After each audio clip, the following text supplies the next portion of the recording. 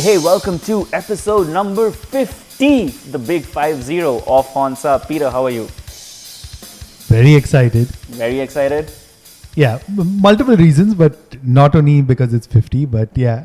Yeah, the other reason I think you're excited is because we've got a good friend, long-time collaborator, the second person ever to have appeared on Horns Up thrice, Mr. Anurag Tagat. Welcome to Bombay, Anurag. Glad you are with us for episode number 50.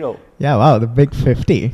Yeah, I'd like to take credit that we flew in Anurag for the 50th episode. But yeah, budget nahi hai. But I think it's like some coincidence of sorts. Sure, yeah. It's always a nice coincidence. For sure. It's great to be here, man. Like, I mean, so what is this? The Golden Jubilee already? I really Oh, that's for years. Sorry. I really don't know. I think Golden Jubilees are like 100 or 75. I don't know. It's something or the other. It's some What's weird-ass platinum then? I mean, it's 60. It's fucking 50 episodes of Horns Up, and fuck yeah. Let's not make it bigger than it is. Yeah, that's about it. Yeah, this still has a long way to go. Hopefully. Oh, definitely. Touch wood. Okay. Yeah, man. Fuck yeah. And yes, if Anurag is here, that means we are doing an all A's, and this time it's something that Anurag himself has decided to focus on. So Anurag, which album is it, and why choose that album? Well, I think it's one of the most definitive heavy albums across music, you know. Rage Against the Machine's self-titled debut album from 1992. And that's why I'm excited, man. I can't believe we're talking about this album. Okay, first and foremost, I knew I wanted to bring this up on an eventual Metal or Not.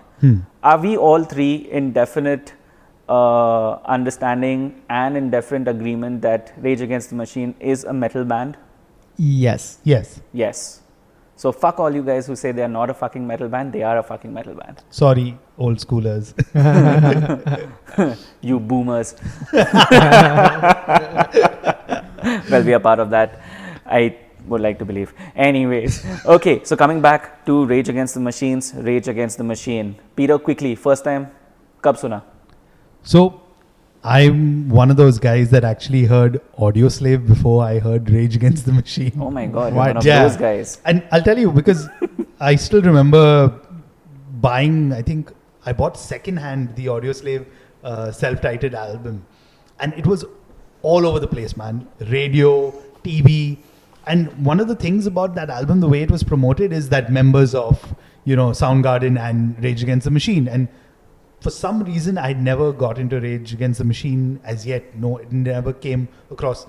Surprisingly, because I'd already heard new metal by then, which Rage Against the Machine kind of was influential in. Again, debatable, but yeah. Totally. So yeah, once I kind of heard Audio Slave, I was like, okay, I need to check out who this Rage Against the Machine is. And then I'm assuming, because again, I was a student, limited amount of cash, so one of my friends with high-speed internet and a CD burner kind of, As was the fashion at the time. As was the fashion. yeah, he was generous enough to get it for me, and let's just say things were never the same again. Alrighty, what about you, Anurag? I think it was listening to the whole album as a whole was more of an eventual process. Like, I think I heard a lot of songs on their own, one by one, not even, like, let's hear this song and let's go on to the next Rage Against the Machine song. I mean, chances were, like, it wasn't a song that was even from that album. Yeah, same here. Yeah, I think for me, the first RATM song I heard was Testify because of that lovely music video. True. Yeah. I mean, for me, it was actually Wake Up because, I think it's not a surprise, but I was at Channel V Launchpad. Oh man, I have stories of that time too. I'm sure. Yeah. And it was the theme. So Yeah. big ups to whoever, horns up to whoever did Thank you. I'd like to not take any credit for it, but I will take credit for it since I worked on that show. Exactly. Yeah, that's another whole part of Indian indie history. Yeah. So, I mean, when I heard Wake Up for the first time, I think it was just, I think it was a mix. It was probably at Launchpad, and then also it was on the Matrix soundtrack. Yeah. And I'd got that Two soundtrack. songs actually were on the Matrix soundtrack. Yeah. So it was really something, like just to hear something that powerful, that had so many movements going on. Yeah, that was really something. And then when I got to the whole album, it was just, it was quite a revelation for sure. All right. So, Rage Against the Machine, self-titled Rage Against the Machine, it was released on 3rd November 1992, which happened to be Election Day, the day when the United States of America went out to vote. Wow. Yeah. I don't think that was mind-boggling, right? I don't think that was a coincidence. Anyway, so that makes it 28 years old as of the moment. It was recorded between April to May 1992 in California, released on Epic Records, 10 songs spanning across 53 minutes. That's a lot of material to essentially talk about. So let's do it. Let's get into all A's. Starting off with track number 1, because we're talking about the Bombtrack. I knew you were going to do Start that. off. Peter. Okay, straight out, when you listen to that which comes straight after that intro, you'd have no idea the way, like the first time I heard it, I was like, what is going on? Like, because you, first of all, have all that expectation. Okay, you heard all of this, and then I'm curious to know where the hell this track is going, the whole shift of energy. Yeah, man. I mean, by the way, no surprises. This is an A for me for sure, but I'm going to explain why. Even for me, like when I was going through the lyrics again, you know, that whole part where he says, burn, burn, yes, you're going to burn. For me, personally, it was like, this is just kind of a glimpse or a kind of warning he's giving you for the rest of the album. Okay. And also, one of the things about the entire album, and I'm going to go on like a broken record, is just the lyrics that really stand out over there.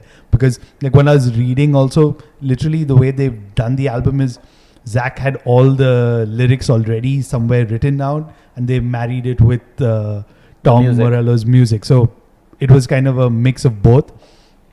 But, you know, from this track especially where he talks about, and it's kind of like the way he describes the rest of the album really. It says, another funky radical bomb track started as a sketch in my notebook, and now dope hooks make punks take another look.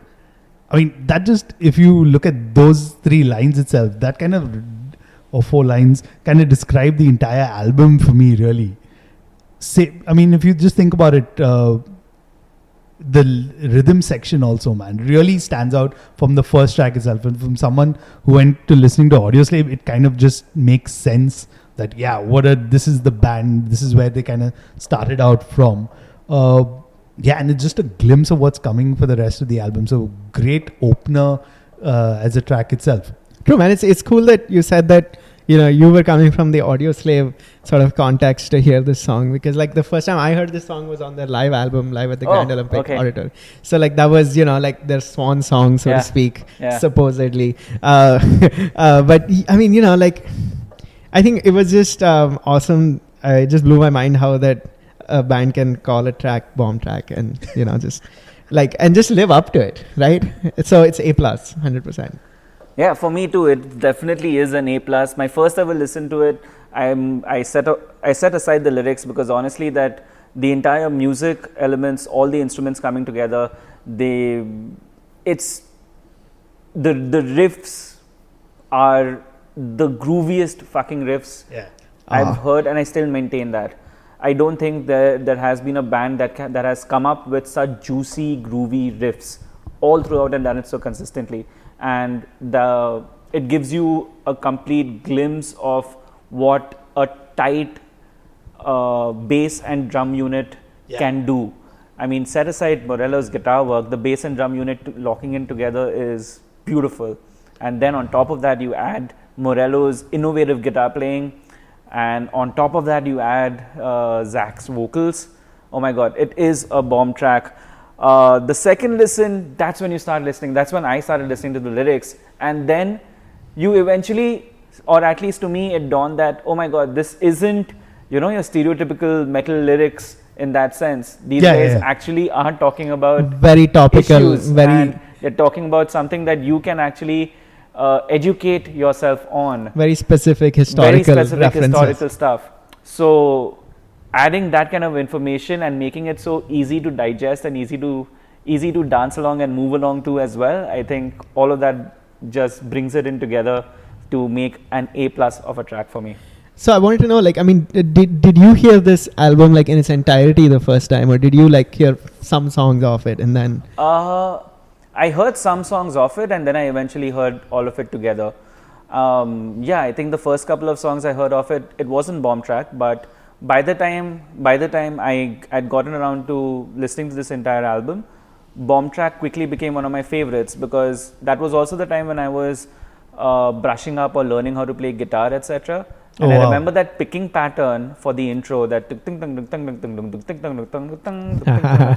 yeah, immediately, like, you guys, obviously those listening to us can't see it, but the two of you here can see my hands air guitaring and air bassing, right, as such to it, because immediately these are the riffs and these are the songs that I learnt my instrument on. Right. It's just very captivating for a young person to listen to, and then especially put in the context of somebody who's trying to figure this world out, this metal world out, and instruments, etc. at the same time. It becomes that much more of a rich experience.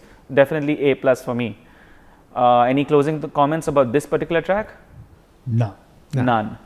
Okay, moving on to probably the most favorite track for most people who have ever heard this album, Killing in the Name of. Before anyone goes ahead.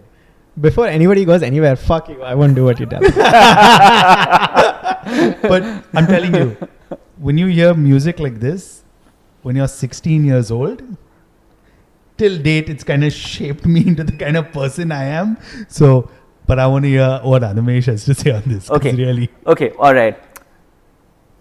Of course, that chorus is the war cry for anybody who ever wants angry music. Yeah.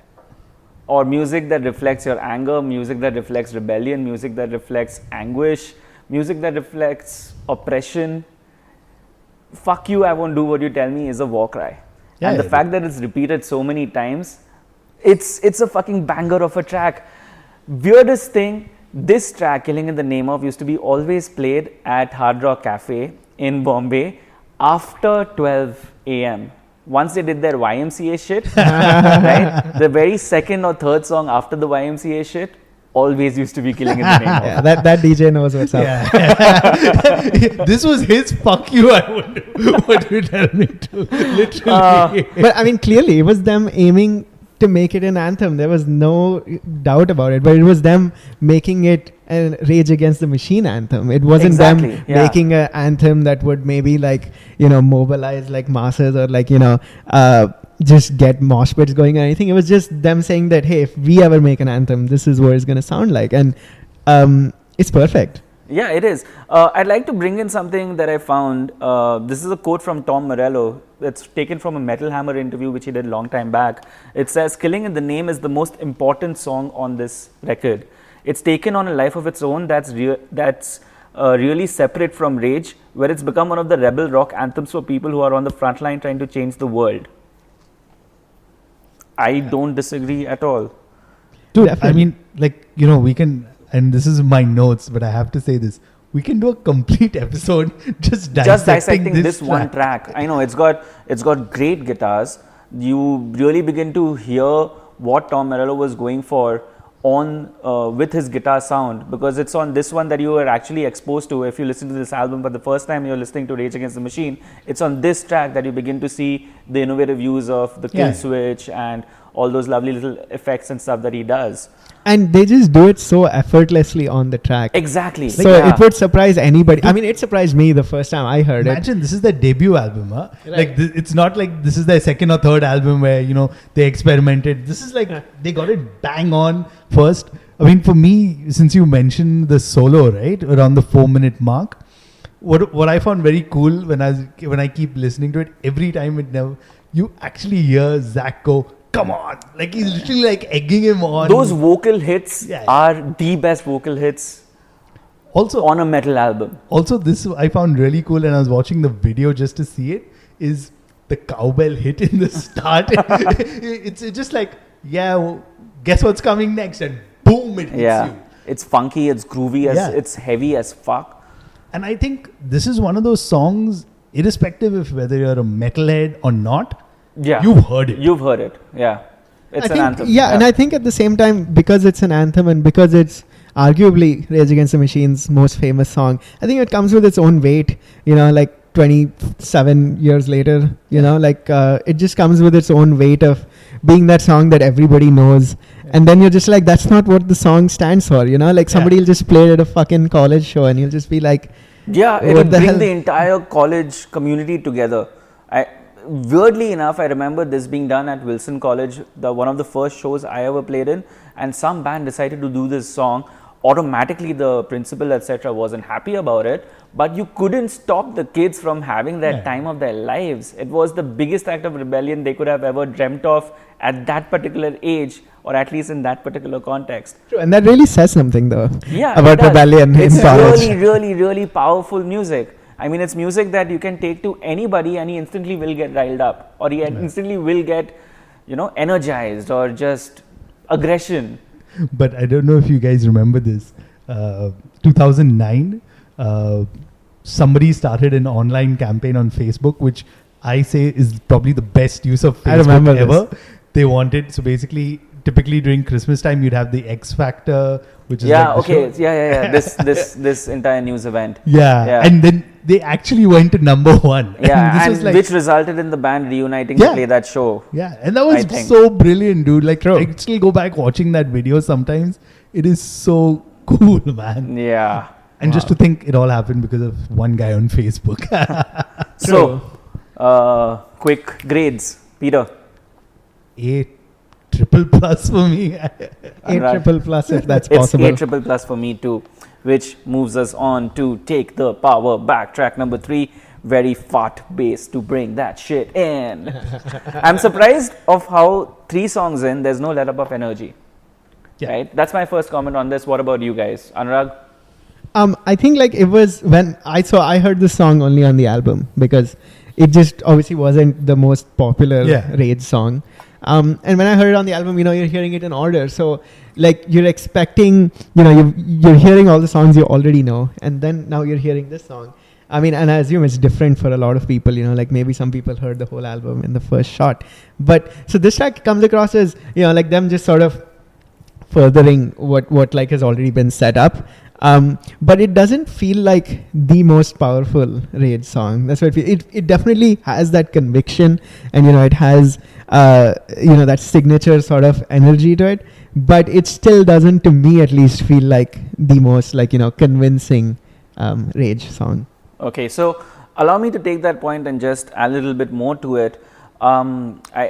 If you are an attentive listener, by this point in time, you kind of realize the template or the songwriting principle, the structure that Rage Against the Machine is going for. It's always going to be intro, verse 1, chorus, verse 2, chorus, solo, verse, chorus, maybe, build up, epic outro. Yeah, sure. Right? Yeah. And that's kind of like the Rage formula. That being said, I honestly think this is a really cool track. It's as I mentioned, there's no let up of energy. The riffs are excellent. The lyrics are excellent. Those vocal hits, man, bring it down the other way. Oh my God, it's a banger of a track. So grade wise, for me, it's still an A+. It's a fantastic track. So I'll tell you why it's an A for me.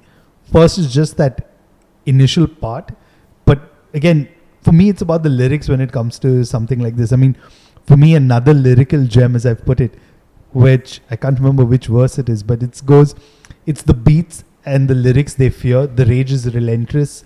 We need a movement with the quickness.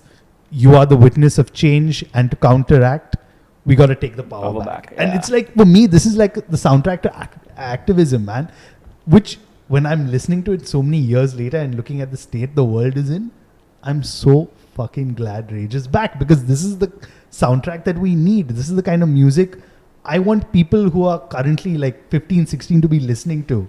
Yeah. Exactly. I mean, I feel like maybe for like, I guess where I come from, like it feels, like I said, lacking a little bit of conviction, maybe because I feel like a sort of like an expression like take the power back is an oft heard expression. Yeah. Mm-hmm. But then obviously in my case, I'm hearing it many, many years later. In 1992, it was probably like a very, very, like a ballsy thing to say, like it did in fact probably have a lot of conviction. I'm sure it was something that, was also good. I think that Zach seemed to have borrowed from hip hop, take the power back. So, like in that sense, like you said, like I love the lyrics, man. Like I think that's why it's an A for me still, even though it might lack like compared to the rest of the tracks, but it's still an A for me. Yeah, and like it completely shows borrowing from hip hop, yes, but also the fact that Zach used to be a frontman for hardcore projects Yeah, before yeah. Rage Against the Machine. Definitely the lyrics of those words are influencing what he's saying here too. Alright, track number 4. This is Settle for Nothing. Peter, first thoughts? This is the first track where you actually are like, okay, am I listening to like the same album? At least the start, because it's Yeah, a very it's the like first dark, song that's very very sonically dark, different. doomy kind of thing, and it's such a contrast to it. And plus, I don't know why, for me, when I was re-listening to it, and now in the context of listening to other music also, it felt a little grungy with like, you know, the loud, soft thing going for this Okay. track. That's Okay. how I felt it. But again, you know, the lyrics, if we don't take action now, we settle for nothing later. Settle for nothing now, and we'll set for nothing later. I mean, like, that's such, like, this guy is basically like, it's poetry in there, but with the contrast of just marrying with, you know, heavy heavy riffs and stuff like that, which if you think about it, even now, how many people are really doing, right? Underground terms of- Authority. Oh snap! also, dude, like the solo that Tom plays around the 3-minute mark Mm-hmm. is so strange. It's like the most, and there's one more solo I noted. It's kind of like bluesy, Yeah, right? yeah. So it's for me, that's why overall, while the lyrics work for me, and that's the main thing, why this track is really a B. Right. I mean, it's interesting you say that because, like, I felt like because the sonics were not so in your face with this one, Okay. I felt like the lyrics like spoke to me much more effectively. I think it's finally a track where it's time to peel those musical layers and put them a little bit aside to actually hear what Zach is saying. Yeah. In And case take you that haven't message to- already. Yeah, and take that message to heart. Right? So, what's your grade, Anurag? A. Before I. Still an an A? Thank God, because it's an A for me too. Yay! The one thing I love about this is the fact that it definitely uses one of Rage's biggest strengths, which is the power of repetition. Yeah. Right? So that entire outro section is as Rage as ever, and my lovely little lyric from this one, the one that I really like is, if ignorance is bliss, Yeah. then knock the smile off my face. Yeah, it's not the best or the most powerful song on this, but it's not a bad song. It definitely continues what's there, what's been set off from track 1, 2 and 3, and so you definitely needed, look at it from an album kind of a perspective, you need that slight mellow down approach, which I think the track does beautifully, but still it packs enough punch in it. So yeah, a definite A for me. Which moves us on into track number 5, Bullet in the Head. Groove and dance are back, baby. Full power. Yeah, I mean, it was just like even this was. I think I first heard the live version of this song on the live album. This is one of their bangers live. True. And like when I heard it in the live version, like obviously, you know, there's a little bit of like that audience sort of feel Yeah. that you Of get course, from it. yeah. And not even that I was listening on headphones or anything like that, but like somehow like this track just felt like, yeah, like this was made to be played live to like thousands of people. And again, like you said, maybe it still does follow the Rage template, you know, like It does. It yeah. definitely does. Yeah. But yeah, I mean, it still felt like, I don't know, just something felt different about it. Even though, like, that's Yeah. what I think this album is to me. Like, it just feels like, sure, maybe there's a formula, but there's always something in the mix that makes it like just really powerful. Yeah, this is the first song actually, I think, in which Tom really shows us what the guitar is capable of, because he's using that Digitech whammy pitch shifter and he's using a wah-wah pedal, etc. almost throughout. It's a very iconic solo as well as a riff, as well as every other section of this song itself is like, for somebody who's learning how to play guitar, you can't believe that a guitar can also be played this way, right? It's so on that aspect itself, it's an I A still for don't me. believe that it can be played that way. I have think- to still see it to believe it, man. Dude, I think at this point also, whoever's still learning the guitar, if you show them this stuff, and I was reading like somewhere comments where some people actually didn't even realize that's the guitar. I used that to do this so many times, because as soon as you become a fan of this band, right? What's the best way to introduce people to this band? You make them listen to these solo sections and you ask them, hey, do you think that's a DJ or do you think that's a guitar? And everybody will say DJ, unless they know it's Tom Morello Especially or with Rage the Against the scraping Machine. part and all. Exactly, but then you make them see the videos, and then their minds go like, And like, it you know what? literally is bullet in the head. Yeah, and what you said about repetition is also very valid here, Yeah. because like that's how the song ends, right? I mean, it's just such a. I mean, again, that's what worked for me here more than the other songs. I love the fucking outro. Holy fuck, is that a heavy as fuck outro? I think it's the instrumental equivalent to a really powerful chorus. And I'm only talking about the music, the one that builds up what then actually follows just later on, which is a really powerful chorus on its own. You're talking about like after the 3-minute mark, right? I'm talking about the end of the song. Yeah. When the bullet in the head refrain that keeps on repeating. Yeah. Just before that, there's just the build up of the riff. Tung, tung, tung, no, the shit, I keep confusing it with Bombtrack. But that riff. For me, that's the part that saves the song, really, for me. Like, that's the part. That. Oh man, I don't have words to describe it. It's such a. It's so easy, but that's the thing. It's so easy, and yet it's got so much energy to it. For me, this is a definite A+. A+. For me, it's a B+. Fuck. Okay, cool. See, this is what happens when you're exposed to the band from Soundgarden Audio Slave. or Audio It's just Slave. like he just like jumped. He just jumped like one generation behind. But All like, right, if we were still doing cassettes, we would now be on side B. Yes, side flipping B, over. which starts off with track number 6, Know Your Enemy. And it's very weird that this is sets off side B and it's just another bomb track. Yeah, and that's how they started off, right? Exactly. It totally makes sense what they were doing. I found out much later that Maynard was on this track. Yeah, me too. Because it's whatever Maynard's part is Maynard's being very Maynard. Yeah, it's very Maynard. But yeah, even me too. I didn't make that connection until much later. And it was I heard the live version first, but Maynard was not obviously in the live version. Yeah, so and the live version doesn't really hold up to the studio album because absolutely. Yeah.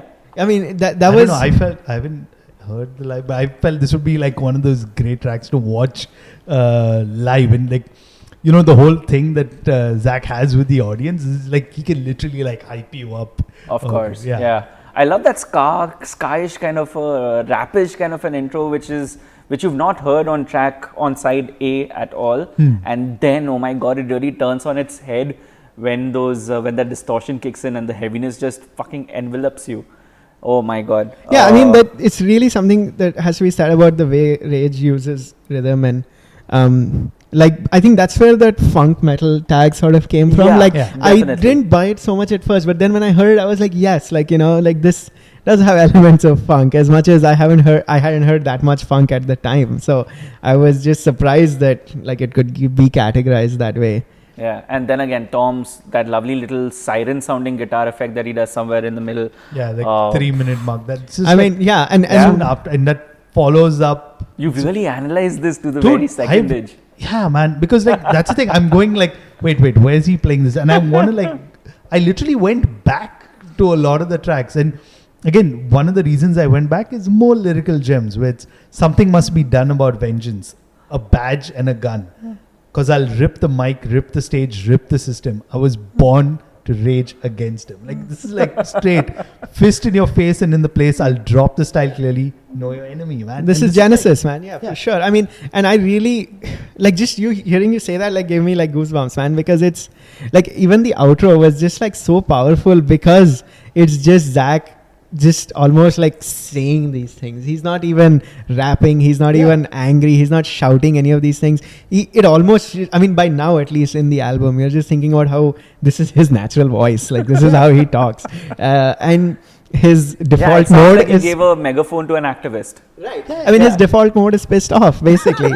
And it was just so powerful, and I remember quoting that the outro lyrics, all of which are American Dreams. Yeah. And I remember posting that on Facebook one day, and like one of my cousins from the US just like heard, and she was just like, "What are you talking about? Like, come on, like that's not the American. Like, how dare you? You know?" She was just like, "Come on, like America is great, dude. Come on." I was like, but no. I mean, if you see like coming back to the context of where they were, the kind of stuff that they were going through and all, and again looking at their backgrounds, dude. I mean, like Tom Morello, I think, has a PhD in political science. So these guys, like, it wasn't just, we need to sell an album, let's kind of make it. It didn't seem like a gimmick.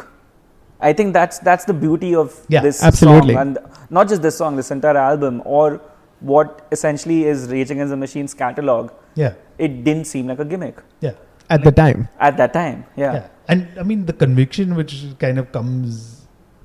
What happened? Nothing. No, I think we just got a little bit caught off because of. Yeah, at we'll the get time, back to it. Because I think let's discuss that aspect of it At the once, end, once, sure. once we wrap Absolutely. this thing up, True. right? I When mean, we talk but- about legacy. True. Yeah. I mean, but like, yeah, just that outro itself, like, I feel like, if you say all of which are American dreams, like if you replace it with all of which are Indian dreams or something like that, it just holds up just as well, which again shows that even though you said there was so much context to it in the US, like it truly became a very global album, with a lot of global messages. All right. So quick grades. Peter. Has to be an A, man, for me. A+. A+ for me too. Fuck yeah. Now we're All coming right. to the Track song. number 7. Full disclosure, I began to hate this track because it was the theme or title song for Launchpad Volume 2, and that's the show that I used to work on. Damn. Does that make it a bad track? Not at all. I'm talking about Wake Up. So I did make a boo-boo in a way, because this track I heard on the Matrix soundtrack and didn't actually know who the band or anything is. And back then you don't have that much access to the internet. Yeah, there was no Shazam. Yeah, or anything of that. So I was like, okay. And it was one of those, heavy tracks you offhand hear. And you hadn't even heard of Audioslave at that point. Yeah.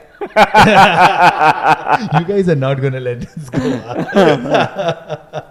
But yeah, man.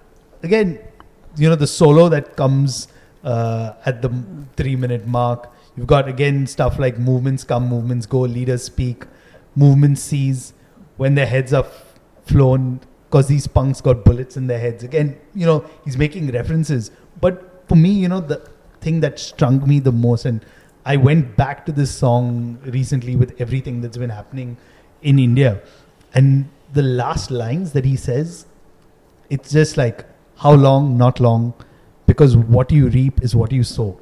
And I posted this up on Twitter, and a lot of people kind of got it, because I was like, you cannot keep your eyes shut anymore. Like, that bridge is kind of like broken, or whatever you want to say, man. But because you said that, I have to tell you guys the story. During college, we went to some inter-college festival where there was a poster design making competition, and some theme we were given, some whatever bullshit college festival kind of theme, and you're expected to come up with a poster. And I still remember, shout out to Elvin, if you're listening to this episode, you'll remember this. Both of us are struggling just to find words. What do we write in what's supposed to be a poster that calls people to, come, that calls for people to come and together and do this. And immediately that lyric came to my head and came to his head at the same time. Wow. And we ended up doing that. But that's just the thing. Again, easy to understand lyrics will help people understand not just an issue, but help them get them interested in that issue. yeah. Right? And I think Wake Up does that while being a fucking bombastic track. It's the smoothest track on this album, I think. And one of the most memorable and the most instantly recognizable because of that solo, because of that breakdown, because Of that opening riff. Yeah. Well, just the way because of what was the price on his head. Yeah. Because of the storm, because of the calm that follows the storm, because of the fucking storm which brews up again towards the end of the song, and because of that fucking outro. True. I mean, just the way that song starts itself is, obviously because I've heard it so many times at launch especially time. in India. Yeah, especially in India. Sure, and especially in India in general. It just feels like a reckoning, man. Like it just, is. it feels like the start of something that just can't go wrong, you know? Like, Yeah. So the first time I heard it, I was just like, yeah, this is my jam now. Like 30 seconds in, this is my jam now. Okay, so quick. For me, it's an A++. A+, man. A+. Good. Glad to see you're finally coming around, Peter. All right, that takes us on into track number 8, Fistful of Steel. Should I start off? Yes. Yeah? Okay, weakest song of the album for me. I think that's because the groove here isn't something that particularly makes you dance or move around. It hasn't got that kind of a vibe to it, largely. And partly because that high squeal or note that accompanies most of the verse is super fucking annoying. I was just gonna say, does anyone know what effect that is? Because there's like, at one part, it's like a screeching part, then there's like a scrapey sound. Yeah. True, I'm sure Tom Morello was not worried about anybody copying his technique. He was like, I don't need to copyright any of this. It's the one track that I'm most likely to skip if I'm like skipping songs of this album. But still, having said that, I'm still rating it an A-. I have it an A. And again, when he says stuff like vocals not to soothe but to ignite and put in flight my sense of militance, like it's straight up like stuff that he's telling you in there. Yeah. It's not a bad track. Yeah. It's just somehow doesn't have the same energy as the previous 7 songs. True, I mean, I feel like it comes in at an odd time, but it's still like, I guess at that time it was Rage trying to put together a track that says we're not just about this formula, or we're not just about a certain way. Or maybe they wanted to make sure that they have enough tracks for an album. It could be. I mean, but I like. For me, it's very strange because like, and I'm kind of preempting here, but it comes at a very odd place, even though it's a B-side track, right? Considering how the next couple of tracks we're going to discuss are. So I'm like, okay, why this could have been probably like later on, just in sequencing wise. It's just a little odd for me. Well, yeah, I mean, it could have easily just been like a bonus track of some sort. Exactly. Which just makes sense. Yeah. But on its own, I guess, it feels like it was Rage trying to say that, this is our debut album. We do need to show some more than this, I suppose. Maybe it was them trying to be a little more ambitious, which I guess, I'm still going to give points for. So it's still going to be an A for me. Lovely. Which moves us on to the penultimate track. That's Township Rebellion, Cowbell and Mosquito bass lines. This is the thing, right? When this comes like the second last song, especially when you're now listening to it on streaming, you're like, okay, wow. Like, because typically the way it is in the streaming world now is you listen to the first few tracks or whatever. But when you put it in the album context, you're like, oh wow, these guys still kind of got it. And again, lyrics, because I'm all about the lyrics on this album. Why stand on a silent platform? Fight the war, fuck the norm. Come on, man. Yeah. Like when he says stuff like shackle your minds in your left on the cross. When ignorance reigns, life is lost. Fuck. This is the kind of stuff that, clearly he's been working on this for a while and it's matured in there. He's got this ready and I guess he found the right people to kind of deliver the message with, right? Yep. Well, I mean, I feel like this kind of song was maybe a template that like maybe Rage sort of like when they made their future albums, they sort of saw this song and I feel like, just like this sort of almost tribal sort of stuff that's going on, just like the more beat oriented stuff. Like I think they use that more, or like they sort of learned from it and sort of used it in their future albums. But on this album, on this, I guess, specific instance, it wasn't as powerful, but I guess it's a debut album. It's 1992, so I'm gonna cut them some slack. What a tight motherfucking fart groove for the chorus, man. Yeah. That chorus itself is so fucking killer. That scream of anguish at the end is awesome. My first really big complaint, and this is obviously nitpicking it, but there's this fantastic second guitar that appears when on the last chorus. That if it, I don't know, maybe because it's only appearing at that time, which is why it sounds so much more better. Right. But if that part itself was on the previous choruses or on the previous sections of the song too, it might have just made it a really like that instrumentation that you're looking for in a Rage song by now. You would have definitely you would have gotten to that point. So yeah, quick grades for me. This again is an A-. A. Still an A. Fuck. Awesome. Which leads us into the last track. Freedom. Yeah, right. Freedom? Yeah, right. Dude, the build up after the lyrics where he says anger is a gift at each part, like that whole repetition. Like the first time you're like, whoa, But the second time you're like, oh, I should have expected it. And he just keeps going on. And that's the cool thing. We kept talking about the repetition that they have. Yeah. Even, that solo that he has like in the second minute, it is so un-Morello, right? I think it's my favorite solo of this entire album.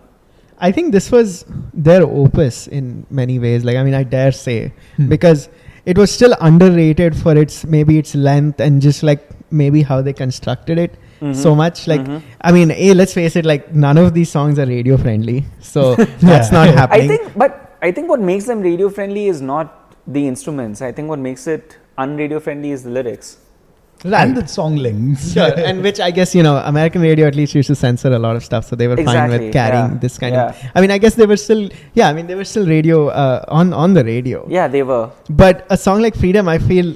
Like, again, like, it was a track that I heard in the studio version also. But, like, when I heard the live version, it was just... Yeah, it made me feel like, I should have seen this band when I had the chance. And I'm like literally listening to the album that they recorded before they broke up at the time in 2000. So, like, just the way Zach says, your anger is a gift in the live version especially, man. Like, it feels like, man, he's like, it just feels like a riot is going to break out, like, right after the show. Completely. I love this song for different reasons too. It's very close to me because it's one of the first songs that I always generally use whenever I'm jamming. I've played it with countless drummers, I've played it with countless guitarists at countless jam sessions because it's such an awesome 4x4 groove. Yeah. It's a beautiful thing to just jam along with people. It's beautiful in that regard. And I love the dynamics in the song, the slow, the fast. It almost seems to me that I've never actually analyzed it in that degree, but I think there is a tempo shift that happens between the slow parts and the slightly faster chorus, not chorus exactly because I don't know, whatever the part that follows the verse or that immediately precedes and then leads off from the slow parts in it. The quiet build up to the entire chorus, that solo, as I mentioned, is the best solo on the entire album for me. And of course that outro, holy fuck, just bring that shit in. Dude, that time and time again. I mean, the way the album ends like makes me wish that, imagine just being there when they recorded that stuff, man. Or like while they were jamming that, you just want to be there and it's destruction. Like, it's destruction. There's nothing else. I mean, I think about like how they were probably playing this song to maybe end their sets, which they did, right? Yeah. And like imagine playing this before they recorded the album. But just capturing that intensity on an album is really commendable. Like, I didn't think anybody could capture this level of chaos and just pure raw energy like that, like on a record, which was it was really intense. Like, I didn't think I'd like heard like that intense a song in quite some time when I heard it. All right, so quick grades first. A+, man. Yeah, A++. A double plus for me too. Plus. Which means, holy shit, we have our first all A album. And we still haven't even gone to looking at our artwork and legacy. Yeah, we haven't even got around to doing that. Sure. But just with 10 tracks, except for the 2 tracks that you rated B, Peter, Anurag and I have rated each and every song at least an A-. 2 beats and 1. You have rated all the other songs A and A+ is 2. Fuck. This and is, to achieve this on episode number 50 of Honsa, it took us 50 episodes. and 3 sessions with Anurag to finally arrive at an all A's album. This will go down in history, gentlemen. I'm sure. By the way, we went through a lot of albums. Remember our WhatsApp? True, the shortlist was quite something. Yeah, it ranged from so many diverse things in metal and to finally come across this But- one. but across like Rage you Against said- the Metal self-titled. Yeah. True. I mean, Holy but like you said, like no better time to look at this album, than right now, like in the current context and stuff. Like it was the right album to pick to just sort of analyze and see that it's. I mean, as a lot of Rage's discography catalog, it just holds up. Like you sing it today, you sing it probably 50 years from now. Like, unfortunately, that's the state of the world. So it's still going to be fucking relevant. You're absolutely right because that's something this album has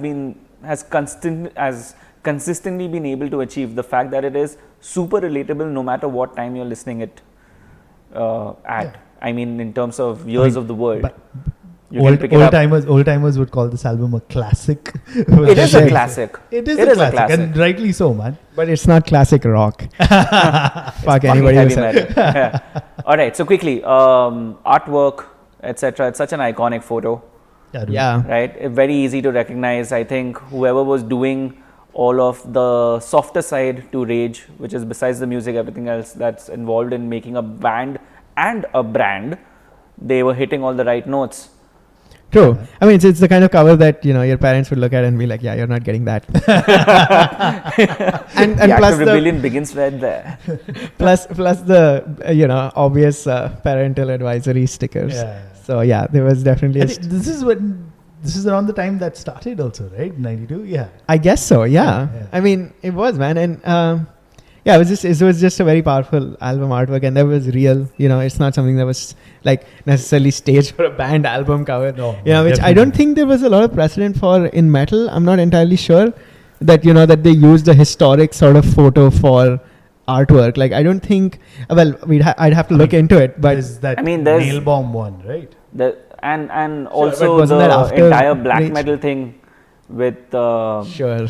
of course that story, which I'm not going to mention on air. Of course. Well, but we're talking about I'm talking about more like world history kind of stuff. You know, like it was very much in the space of sort of using a snapshot of something that happened in history and putting that on an album. Of course. cover. And it's really appropriate. I mean, like, I'm thinking anyone who's discovering the album now, it gives you a glimpse not only into America or the state of the world at that time, but like we keep repeating, it's very appropriate for today's time also. So it's a great album that way, and its legacy. And man, 3 Indian guys sitting in Bombay discussing this album 28 years ago, 28 years later, is testament. You know what? I've never actually seen this album on store shelves in India.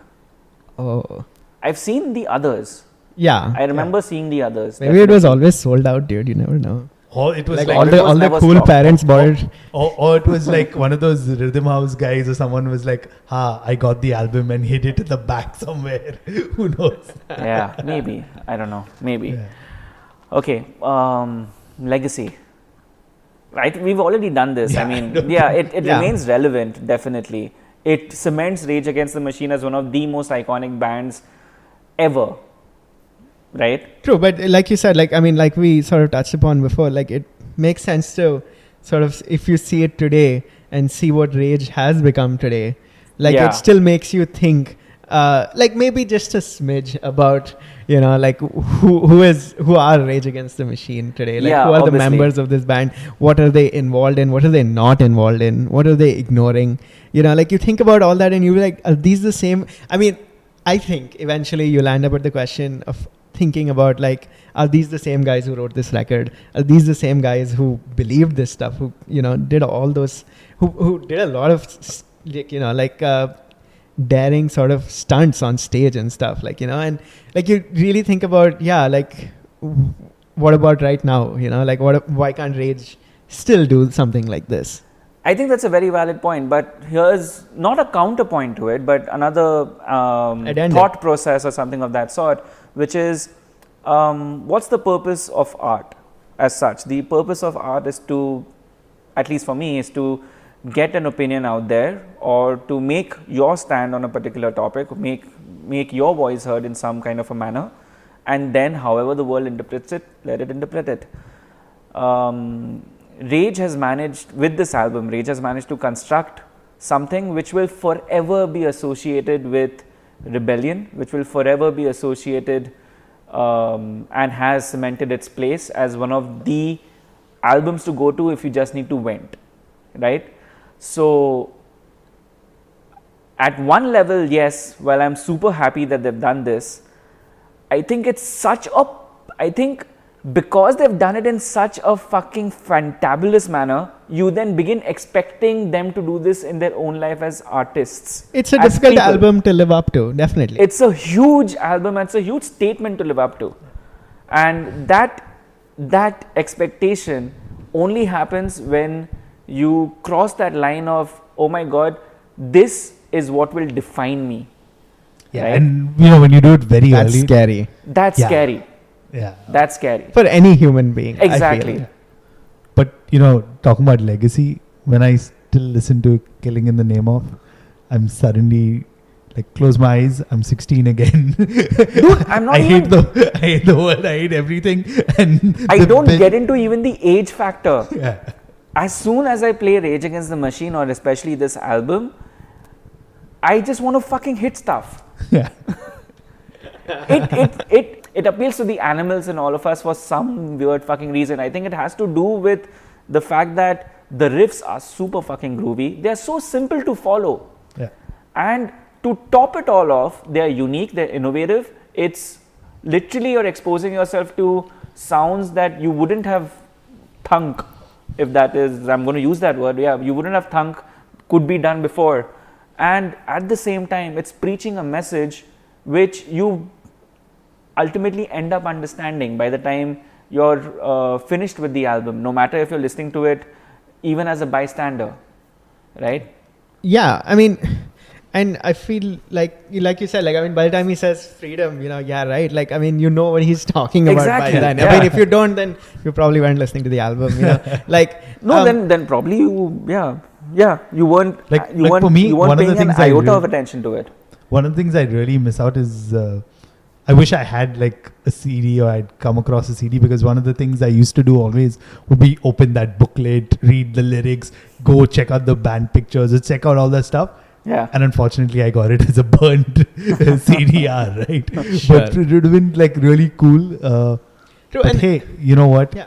It's thanks to the Audio Slave album that I actually checked this out. Okay, we'll cut you some slack. Right. It's all right. But I mean, and it really needs to be said that, like this album didn't have any precedent, Yeah. and at the same time, I don't think anything that came after this even matched this. Not even by Rage, like Yeah, not even there by were Rage. bands who maybe emulated their sonic intensity, just like the riffs, or just like just the way maybe they wrote songs, but nobody had that combination, and nobody had just that intent as much as Rage Against the Machine on this album.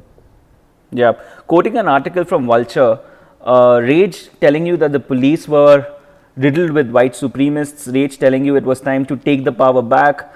You can think of the Brexit slogans, take back control, make America great again, what's happening right now in the country with all the CAA stuff that we are seeing, and just the general discontent, woke or slept, red pill or grey wolf, SJW, KKK, urban naxals, anything of that sort. It is time to wake up. It's time to know your enemy, whomever they happen to be. Near the end, the cry for freedom, followed by an ever-cresting wave of dissonance, distortion, and screaming. The meaning of Rage was hopelessly divided against itself. This made it the ideal soundtrack for a civil war.